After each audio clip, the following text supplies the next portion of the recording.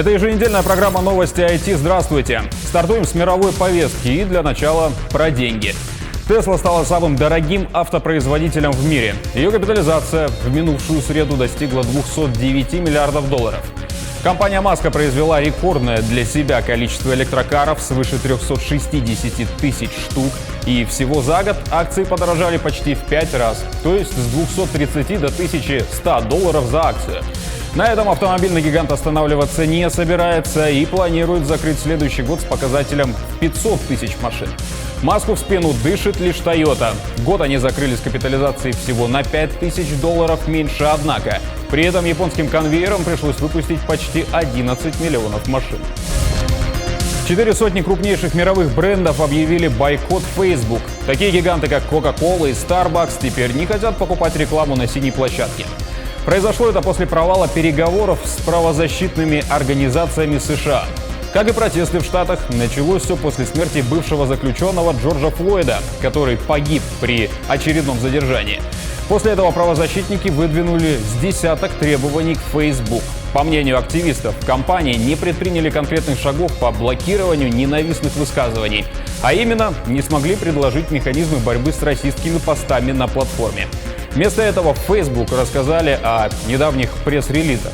Говоря о бойкоте, по мнению аналитиков, отказ от рекламы вряд ли окажет большое финансовое влияние на прибыль компании. Согласно последнему исследованию, топ-100 брендов в 2019 году принесли Facebook лишь 6% от общего дохода.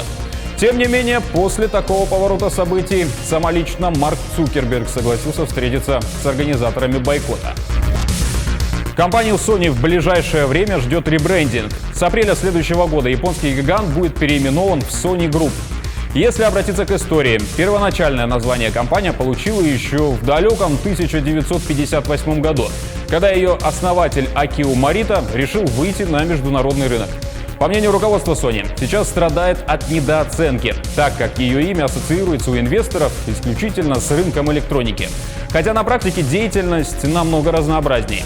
Название Sony Group должно привлечь инвесторов, свободных от стереотипов отдельного бизнеса компании. Также Sony планирует получить полный контроль над своими финансовыми холдингами.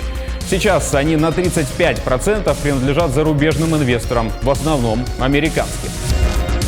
Между тем, китайский гигант Didi Chuxing начал бесплатно возить пассажиров в тестовом режиме роботакси. В ходе испытаний люди смогут брать на прокат автономные транспортные средства. На первых порах, правда, для безопасности в авто находятся водители, однако поездкой они не управляют, а лишь находятся в состоянии готовности на случай сбоя системы. Более широкое внедрение требует координации и с правительством Китая. И по расчетам разработчика потребуется как минимум 10 лет непрерывных инвестиций, прежде чем технологию внедрят в жизнь на постоянной основе. Нового робота для дезинфекции изобрели в Массачусетском технологическом университете. Машина со встроенным ультрафиолетовым лучом в основном предназначена для поликлиник и крупных складов. Суммарная мощность ламп на одной машине 100 Вт. Это позволяет обрабатывать 20 квадратных метров за 5 минут. Как объяснили разработчики, ультрафиолет дезинфицирует поверхности и нейтрализует вирусы и бактерии в воздухе, но он опасен для человека. Учитывая это, сделали робота, который самостоятельно перемещается и обеззараживает помещение. Прототип прошел испытания в благотворительном бостонском банке продовольствия, который собирает еду для нуждающихся. Робот ездил по помещению и за полчаса нейтрализовал 90% частиц коронавируса на поверхностях склада. Тем временем японский стартап разработал умную маску, способную подключиться к интернету и передавать речь на смартфон для перевода на иностранные языки. Многие, наверное, заметили, что при разговоре с человеком тряпичная повязка на лице приглушает и делает слабо разборчивую речь собеседника. Что говорить об иностранцах, которых и так-то было трудно понять, а тут еще и речь в принципе превращается в бубнёж. А здесь наговорил на родном языке, маска передала все на смартфон и вуаля, вывела на экран готовое предложение.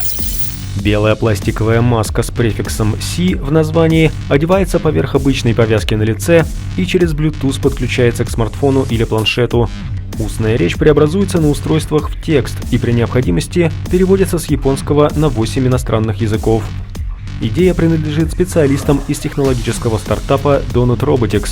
В чем она заключается, объясняет глава фирмы Тайсуке Оно. スーパーでコンビニのレジでも Например, покупателю и кассиру в супермаркете бывает трудно услышать друг друга из-за разделительных барьеров и масок, предотвращающих разлет капель. Гаджет улучшает качество общения, преобразуя в текст на смартфоне голосовые сообщения. Так выглядит перевод с японского на английский и испанский фразы «сегодня тоже жарко». В меню вьетнамский, индонезийский, китайский языки. Усиление и передача звука происходит даже если человек в Си-маске говорит очень тихо.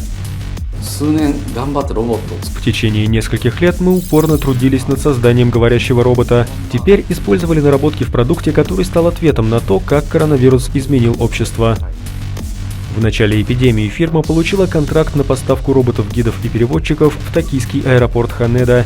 Си-маски, как надеется Оно, позволят компании остаться на плаву. Поставки японским клиентам начнутся в сентябре. На очереди Китай, США и Европа. Розничная цена $40. Власти Якутии и Ростелеком обсудили планы на дальнейшее развитие высокоскоростного интернета в регионе. Этот год планируют закрыть с показателем в 1500 километров оптики. В конце июня компания запустила ВОЛТС на Верхнем Мунском месторождении. Прошли половину пути от Удачного до поселка Оленек и уже заходят в зону Арктики. Рассмотрели и строительство резервной линии, в том числе соединение Якутска с Магаданом, а также ввод цифровых сервисов, безопасный город, умный город, медицинские информационные системы, которые потом будут накладываться на цифровую инфраструктуру региона. Игра, которая наделала много шума в сети, ремастер легендарного Crysis, был нещадно слит в сеть. Видео, скриншоты, дата релиза и другие детали утекли через магазин Xbox. Больше всего недовольство фанатов вылилось на графику. По их мнению, ее улучшения не коснулись от слова совсем. И это несмотря на то, что ремастер пересобрали на актуальном варианте движка CryEngine и добавили туда всякие текстуры высокого разрешения, трассировку лучей, продвинутую глубину резкости и так далее. Видимо, лишь на бумаге стал известен и список достижений. Перфекционистам придется проползти игру на дельте, то есть на высоком уровне сложности, а также выполнить все побочные задания и совершить убийство из всех видов оружия. Согласно утечке, Crysis Remastered стартует 23 июля, вероятно, на всех платформах сразу. Однако, все может измениться, так как после гнева фан-базы презентацию 1 июля отменили. И займется ли студия доработкой проекта? Или просто дождется, пока страсти поутихнут и выпустят все как есть, доселе неизвестно. Ну а на этом все. Повтор программы, как всегда, найдете на YouTube-канале Якутия24, а также в Instagram-аккаунте як24.ru. До встречи через неделю и всего доброго!